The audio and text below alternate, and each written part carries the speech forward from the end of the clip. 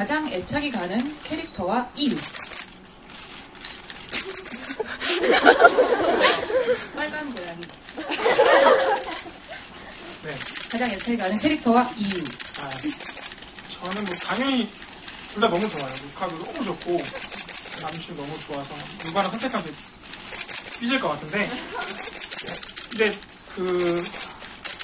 다라고 말하면 안 될 것 같고, 그 다빈치 어느 한 부분이 되게 좋은 게, 저는 다빈치가 이렇게 자기 그림 때문에 고민하는 그런 부분들이 굉장히 많이 와닿았던 것 같아요. 연기에 대해서 진짜 잘 모르고 노래도 잘 모르지만 그걸 가지고 고민하는, 또 작가님이 그 글을 쓰실 때 뭔가 그 작가의 고민, 뭐 예술가의 고민을 담아내신 것만 같아서 너무 하고 싶은데 막 하기 싫고 막 그런 감정들이, 저는 그 다빈치가 그런 말을 할 때 너무 와닿았던 것 같습니다.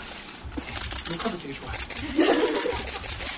네, 저는 이 똑같은 질문을 예전에 발렌티노라고 했었던 것 같은데, 좀 다른 의미에서 애착이 가는 게 사실은 요즘엔 자코모입니다. 왜냐면 사실 이유는 발렌티노의 감정은 제가 정확하게 알 것 같다라는 생각이 좀 드는데, 자코모는 연기를 하면 할수록 잘 모르겠는 부분들이 좀 있는 것 같아요. 그래서 요즘 더 애착을 갖고 자코모는 어땠을 것이다라는 상상을 좀 더 많이 하고 있습니다, 현재는. 네.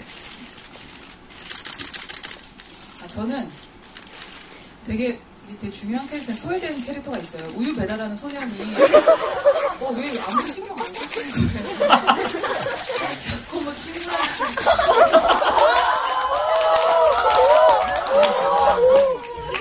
이렇게 말을 다 드려요. 아니 근데 노래도 잘하고 귀엽고 건강하고 부지런하고, 그러니까 자코미나가 나중에 이제 눈이 멀잖아요. 그럼 할 수 있는 게 별로 없잖아요. 그러면 걔네 목장에 가서 이렇게 같이 일을 하고 친하게 지내지 않았을까라는 생각을. 사이먼 이거는 진짜 어려운데, 일단 질문 주셨습니까? 자코모가 발렌티노가 좋아했던 인간의 환생인가요? 발렌티노만 벌을 받았다고 생각되지 않아서 그 인간 또한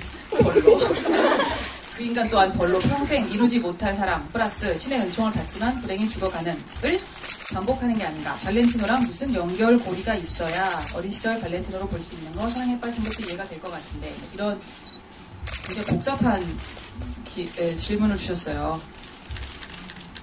자, 이게 그런 생각을 해봅니다. 우리가 살다 보면 아까랑 비슷한 얘기인데, 이해하지 못하는 일들이 되게 많이 일어나고 있잖아요.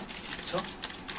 대충 넘어가려고 그러는 게 아니라 찾아보시는데, 이해가 안 되는 상황들이 있고 이해가 안 되는 일들이 되게 많이 일어나고 있잖아요. 그래서 저는 개인적으로 중점을 좀 두고 있는 게, 실제로 한 사람의 인간이 지금 두 개의 역할을 연기를 하고 있지만 그 둘은 공통점이 저는 많다고 생각합니다. 다른 예를 들자면 제가 갖고 있는 뭐 디테일 중에 하나는 뭐 그냥 나는 반지를 꼈는데 그냥 검지에 끼고 싶은 거, 뭐 혹은 좀 이따 나와요. 아 그래요? 어쨌든 네, 그러니까 그런 의도로 이거를 어떻게 왜 그랬을 것이다 라는 거, 정확한 이유가 있는 게 아니라 이해하지 못하지만 그런 상황도 있을 수 있구나라는, 그렇구나 라는 거라고 저는 생각을 하거든요. 제 말이 좀 어렵죠? 무슨 말인지 잘 모르겠어요. 가서 정리를 좀 해봐야 되는데. 보태자면요, 네. 이게 작가님의 전 필력이라고 생각하는 게, 이게 그러니까 그러니까 열려있는 해석인 것 같아요. 저도 어느 순간 이렇게 연습하다 보면 환생 얘기도 나왔던 적이 있고, 근데 이거를 이렇게 접근할 수도 있고 저렇게 접근할 수도 있게끔 극이 설정되어 있는 것 같아서, 이거는 진짜 관객분들이 자신이 받아들이게끔 하는 부분인 것 같거든요. 저는 개인적으로는 환생이라고는 생각 안 하는데, 그렇게 봐도 그게 흘러가는데 무관하다 보니까 되게 거기서 매력을 좀 찾았던 것 같아요.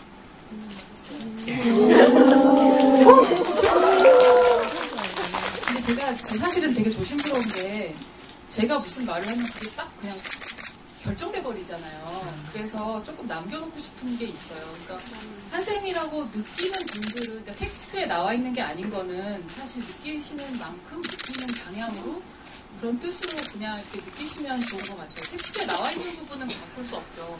우리가 갑자기 발렌티노 못생겼어 이렇게 할 수는 없어요. 그쵸? 그 텍스트에 써 있으니까. 근데 그게 아닌 것들은 좀 사실은 저도 막 이렇게 딱 이름을 짓고 딱 주사위처럼 딱 이렇게 이거는 1, 이거는 2 이렇게 말하기가 좀 조심스러운 것들이 있어요.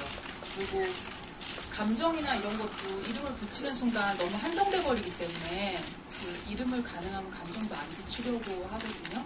감정은 그냥 느껴지는 거라서 예를 들어서 이따가 나오는 게 있어서 생각이 좀 뒤섞였네요. 네. 아 바로 나오는 거 좀 이따가. 네. 아 이제 나왔어요. 디테일. 네. 연기하실 때 가장 신경 쓰는 디테일이요. 이게 질문지를 그대로 받은 거예요. 개인적으로는 아까도 얘기했지만 발렌티노와 자코모는 서로 닮았다고 저는 생각을 합니다. 개인적으로 닮은 구석이 나중에 에필로그 때도 뭐 그런 장면이 나오지만 실제로 뭔가 성격이라던가 아니면 혹은 특징 뭐 이런 것들이 닮았다고 생각을 합니다. 그래서 그 자코모와 발렌티노가 비슷한 행동을 할 수 있는 것들을 계속 찾고 있어요. 네, 개인적으로. 잘하고 있어요. 또 디테일이라고 표현할지 모르겠는데 저는 그 픽을 하면서 루카와 다빈치가 어쨌든 보여줄 때는 확실히 구분이 돼야 되잖아요. 그러니까 그런 부분들에 있어서 진짜 자세나 파스처나 발성이나 마인드나 이런 것들을 순간순간 바꿔야 되기 때문에 저한테는 그 디테일이 되게 어려우면서도 도전적인 것 같아요. 그래서 이게 좀 매력 있는 것 같다고 생각했어요. 됐어요? 네. 잘했어요. 그 다음에 자코모는 11번 자코모는 발렌티노가 자신이 어렸을 때 만난 천사라는 걸 어떻게 알게 된 건가요? 이것도 아까 제가 말씀드렸던 거 똑같은 지금 계속 상황인데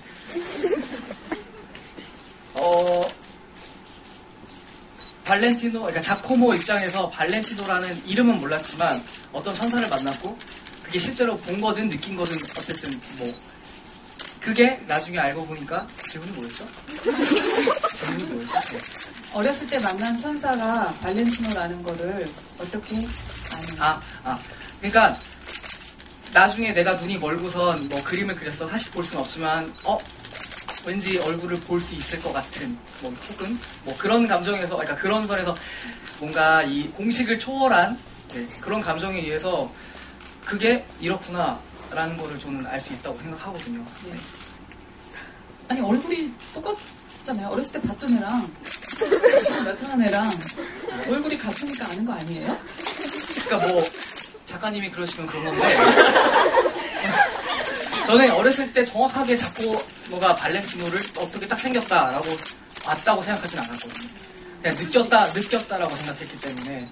근데 나중에 알고 보니 그러기 때문에 나중에 내가 그렇게 내 머릿속에 뭔가 아니면 혹은 상상 속에 뭔가 저 사람이었던 것 같은데 알고 보니까 발렌티노가 이렇게 생겼고 그게 발렌티노였던 거야. 그래서 뭐 마지막에 이제 눈이 멀었을 때 그래서 가슴이 뛰는 거고. 저는, 맞아요. 네. 잘했어요.